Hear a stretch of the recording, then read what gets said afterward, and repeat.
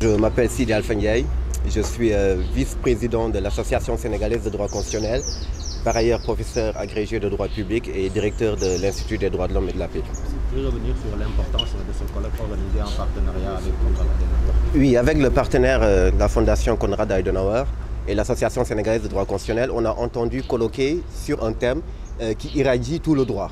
Un thème pluridisciplinaire, un thème holistique, en ce que le thème interpelle toutes les disciplines du droit public et toutes les disciplines des sciences sociales en général. Le droit constitutionnel, le droit international, les droits de l'homme, les finances publiques, le droit administratif, il y aura des communications sur ça, mais également la science politique à travers l'enjeu de pouvoir qui se cache derrière la question et la problématique minoritaire. Au sortir des échanges, y a-t-il un document qui est attendu ou bien des recommandations? Oui, il est convenu de sortir les actes du colloque. L'idée, ce n'est pas simplement de colloquer théoriquement. L'idée est également de proposer de manière doctrinale à la communauté scientifique, aux étudiants, aux praticiens, de manière très empirique, un document qui pourra servir de bréviaire sur le thème des minorités. Un thème, je ne l'ai pas dit, assez important car les minorités en Afrique constituent un atypisme, une forme d'originalité. La charte africaine, à la différence des autres déclarations de droits en Europe, la charte africaine, c'est une charte africaine des droits de l'homme et des peuples. Donc la dimension collective des droits de l'homme qui englobe la question minoritaire est assez importante.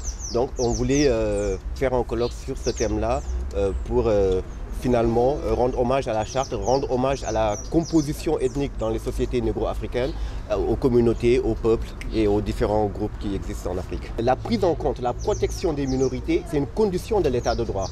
Et donc de ce point de vue-là, oui, les minorités sont protégées.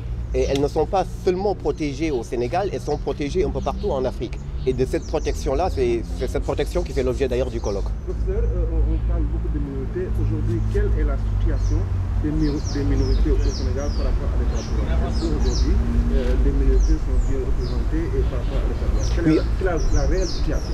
Encore faut-il savoir quel groupe qualifier de minorité. Tous les groupes minoritaires, au sens lato sensu, ne sont pas des minorités au sens juridique. Il faut procéder à la qualification.